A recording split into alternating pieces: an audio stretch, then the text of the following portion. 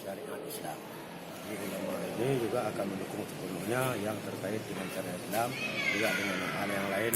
Dan juga kami dari forum ini siap dipanggil oleh pemerintah, dimusyawarah dengan kami, dan juga diminta masukan kepada kami. Insya Allah kami siap memberi masukan dan siap mendukung program-program pemerintah untuk mensejahterakan rakyat Aceh Besar.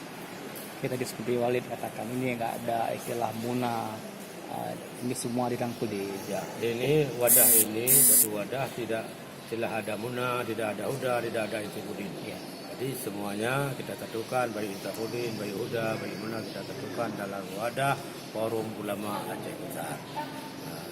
Ulama Aceh Besar ada pimpinan pesantren, ada pimpinan balai pengajian. Jadi kita satukan semua supaya abu-abu kita ini dapat bersatu untuk meningkatkan ukhuwah Islam dan Sunnah dalam akidah. Oke, sekarang peran ulama di Aceh Besar gimana Pak melihat?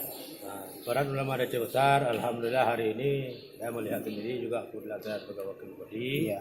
Saya melihat kerjasama antara ulama dengan umara tahun ini dan selama kami lah, alhamdulillah sudah sangat-sangat meningkat.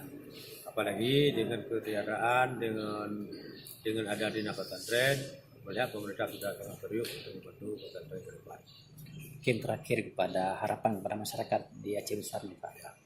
Kami dari Forum Ulama Aceh Besar juga mengimbau kepada seluruh rakyat Aceh Besar dalam menghadapi pilkada, pileg dan sebagainya supaya jangan terjadi jurang urusan, karena yang namanya pileg, pilpres itu sifatnya sementara.